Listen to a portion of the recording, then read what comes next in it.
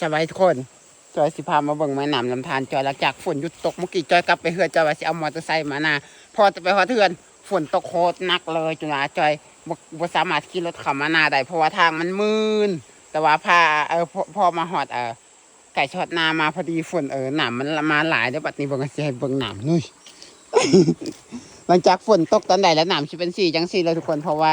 มันน้ำมันไหลมาจากในเส้นทางทางรถนี่นะเส้นทางเราก็ไหลลงสู่แม่น้ำลำธารน้ำก็เป็นสีส้มแบบนี้เลยฝนตกหยุดตอนใดน้ำก็จะเป็นแบบนี้น้ำก็จะเป็นแบบนี้เลยทุกคนแต่ละมือขณะฝนหยุดตกแล้วน้ำก็จะเป็นแบบนี้เลยเพราะว่าน้ำที่ไหลมาจากทางรถแล้วมันลงสู่ลำธารก็จะเป็นแบบนี้อันนี้หน้าเฮาดิตอนนี้เป็นเวลา4 โมงปลายจะเข้า5 โมงแรกแล้วยังแดดโคตรแห้งแล้วแต่หอนหยางมา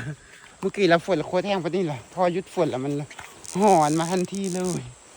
น้ำก็เป็นสีจังสีเลยสีส้มแล้วพบกันใหม่คลิปหนาวแล้วบ๊ายบาย